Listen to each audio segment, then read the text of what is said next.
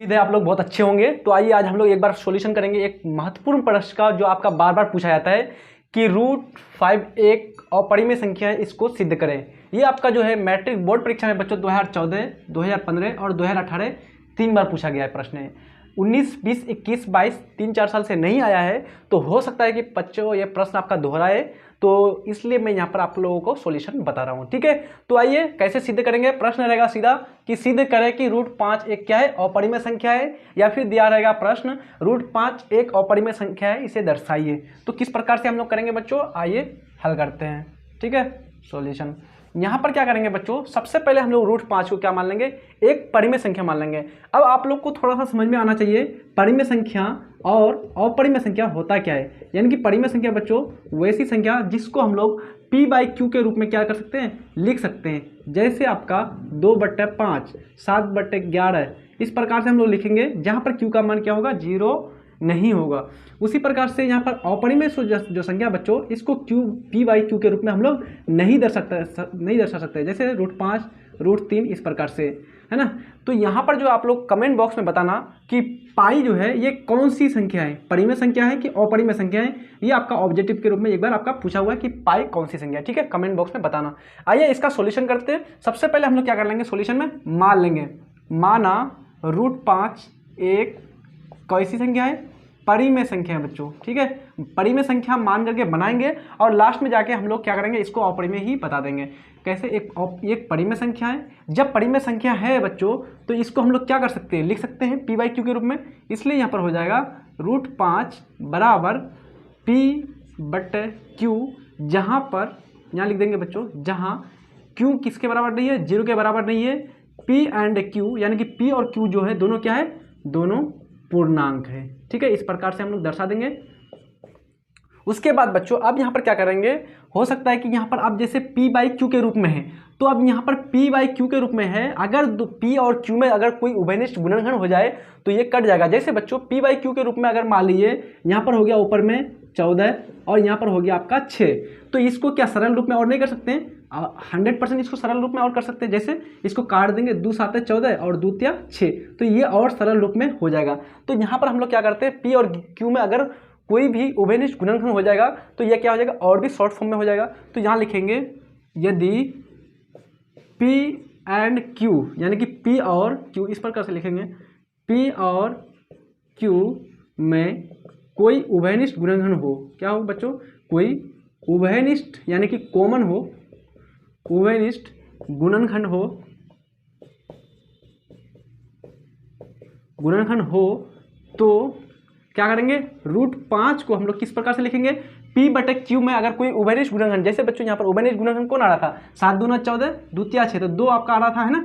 तो यहाँ पर 2 काट करके कितना हो गया, 7/3 हो गया। इसी प्रकार से अगर p और q में अगर कोई उभयनिष्ठ गुणनखंड आ जाएगा तो ये काट देंगे और काट करके मान लीजिए बन गया ये आपका a/b। ठीक है, इस प्रकार से अब यहाँ पर क्या हो जाएगा बच्चों, √5 बराबर a/b हो जाएगा। तो यहाँ पर √5 बराबर, इसको क्या करेंगे, ये दोनों मल्टीप्लिकेशन हो जाएगा बच्चों, इस प्रकार से कर देंगे, a बराबर ये दोनों को मल्टीप्लिकेशन कितना हो जाएगा, √5b, है ना। इस प्रकार से हो जाएगा। इसको मान लेते हैं हम लोग, छोड़ देते हैं इसी प्रकार से। अब हम लोग क्या करते हैं, इसका दोनों तरफ हम लोग स्क्वायर कर देते हैं, दोनों ओर स्क्वायर यानी कि बच्चों वर्ग करने पर, है ना। आप लोग को तो मालूम है वर्ग कैसे किया जाता है, और ऑलरेडी मैं वर्ग करने का ट्रिक बताया हूँ, आप लोग चैनल में जाकर के देख सकते हैं। 1 से 100 तक का स्क्वायर कैसे निकाल सकते हैं, 1 से 100 तक का वर्ग जो है 2 सेकंड में कैसे निकालें, वो आप मैं पहले ही बता दिया हूँ। तो दोनों ओर वर्ग करेंगे, तो वर्ग करने के लिए क्या करेंगे बच्चों, a जो है a की तरफ भी वर्ग करेंगे और √5b जो है इसकी तरफ भी करेंगे। तो यहाँ पर हम लोग a का स्क्वायर कितना हो जाता है, a², और हम लोग जानते हैं रूट और स्क्वायर हो तो क्या हो जाता है बच्चों, रूट हट जाता है, तो रूट हट जाएगा और b का स्क्वायर हो जाएगा, तो b का स्क्वायर। इसको हम लोग मान लेते हैं बच्चों, इसको समीकरण 1 मान लेते हैं। ठीक है, इस प्रकार से। अब यहाँ पर एक ध्यान देने योग्य बात यह है बच्चों कि a² बराबर 5b² है, तो इसलिए यहाँ पर क्या होगा, चूंकि यहाँ पर 5 क्या हो जाएगा, a² का एक गुणनखंड हो जाएगा। क्या हो जाएगा बच्चों, एक गुणनखंड होगा। कैसे, तो ये आप लोग जानते होंगे बच्चों किसमें, परिमेय संख्या 1.3 से अगर 5a² का एक गुणनखंड होगा, तो इस प्रकार से हम लोग ये कहेंगे कि इसलिए 5 जो है a का भी गुणनखंड होगा कि नहीं, a का भी एक गुणनखंड होगा। कहाँ से, परिमेय संख्या 3 से बच्चों, ठीक है। परिमेय संख्या 1.3 क्या कहता है, यदि कोई संख्या a स्क्वायर का गुणनखंड है तो वह संख्या a का भी गुणनखंड होगा। इसलिए अगर 5a स्क्वायर का गुणनखंड है तो वो संख्या किसका होगा, a का भी गुणनखंड होगा, यानी कि 5 किसका गुणन होगा बच्चों, a का भी गुणनखंड होगा। 100% है।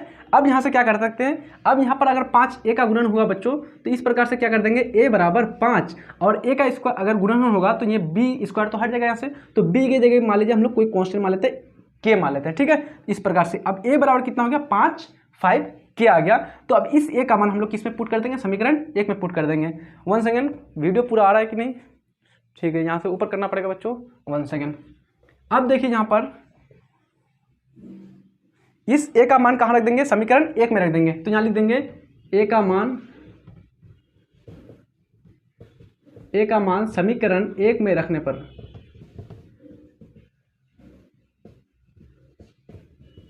समीकरण 1 में रख दीजिए। समीकरण a का मान कितना है बच्चों, a स्क्वायर, तो a स्क्वायर की जगह कितना रखेंगे, 5 k का स्क्वायर, 5 k का स्क्वायर हो जाएगा। और उसके बाद इधर कितना है, 5 b स्क्वायर, तो 5 b स्क्वायर इधर रह जाएगा आपका। इधर कितना हो जाएगा, 5 का स्क्वायर 25 और k का स्क्वायर k स्क्वायर, और इधर कितना हो जाएगा बच्चों आपका 5 का 5 रह जाएगा और b का b स्क्वायर हो जाएगा। अब इस प्रकार से क्या हो जाएगा, इस प्रकार से यहाँ पर काट देंगे हम लोग, कैसे काटेंगे, तो 5 5 25, 5 5 25, तो कितना जाएगा बच्चों, 5 k स्क्वायर बराबर कितना हो जाएगा इधर b स्क्वायर। अब हम लोग को यहाँ पर क्या पता चल रहा है, यहाँ पर देखिए बच्चों 5 b स्क्वायर का भी गुणनखंड होगा। जैसे यहाँ पर था आपका 5, कहाँ पर, यहाँ था आपका 5 जो है a स्क्वायर का था, है ना, तो इसी प्रकार से यहाँ पर 5 क्या होगा, b स्क्वायर का, चूंकि 5 b स्क्वायर का क्या है बच्चों, एक गुणनखंड है, इसलिए 5 किसका होगा, b का भी एक गुणनखंड होगा, b का भी गुणनखंड होगा कि नहीं बच्चों, है ना। क्या है कि 5 जो है b स्क्वायर का एक गुणनखंड है, इसलिए क्या होगा, 5 b का भी एक गुणनखंड होगा। अब यहाँ पर लिखेंगे, चूंकि देखिए बच्चों यहाँ पर उल्टा आ गया, कैसे कि हम लोग यहाँ पर पहले बता दिए थे p और q को ऑलरेडी काट दिए, ओवेनिस्ट गुणनखंड वहाँ पर ले लिए a और b, और इसको दोबारा हम लोग इसमें ओवेनिस्ट गुणनखंड नहीं ले सकते थे, लेकिन एक में आया था तो चल जा, लेकिन यहाँ पर दोनों में आ रहा है, a स्क्वायर a में भी और b में, इसलिए लिख देंगे चूंकि 5 a और b का उभयनिष्ठ गुणनखंड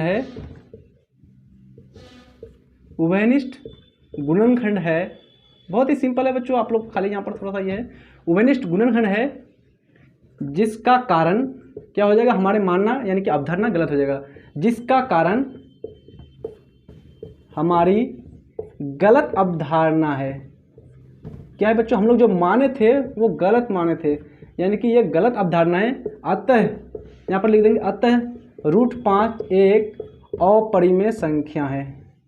कैसी संख्या है, √5 एक अपरिमेय संख्या है। ये हो गया आपका प्रूफ, यानी कि इसका मेन कारण क्या हो गया बच्चों, हम लोगों ने p और q को सरल रूप में ले लिया था a और b में। अब यहाँ पर 5 जो है a का गुणनखंड हो रहा था और 5 b का भी गुणनखंड हो रहा था, तो इस प्रकार से क्या होगा बच्चों, ये जो हम लोग धारणा माने थे कि √5 एक परिमेय संख्या है, ये धारणा आपका हमारा गलत है, अवधारणा गलत है।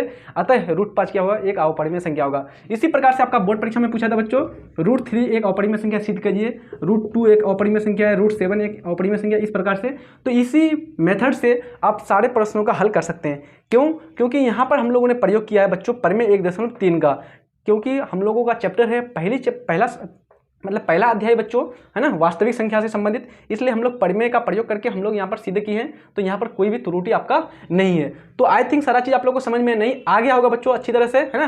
तो चैनल में नए हैं तो सब्सक्राइब कर दीजिए और लाइक भी कर दीजिए बच्चों, ताकि हम लोग इसी प्रकार का इंपॉर्टेंट जो आपका प्रश्न है, जो आपका बोर्ड परीक्षा में बार बार पूछा जाता है, उसको आप लोग को प्रोवाइड करते रहे, है ना। मिलते हैं नेक्स्ट वीडियो में, तब तक के लिए जय हिंद, धन्यवाद।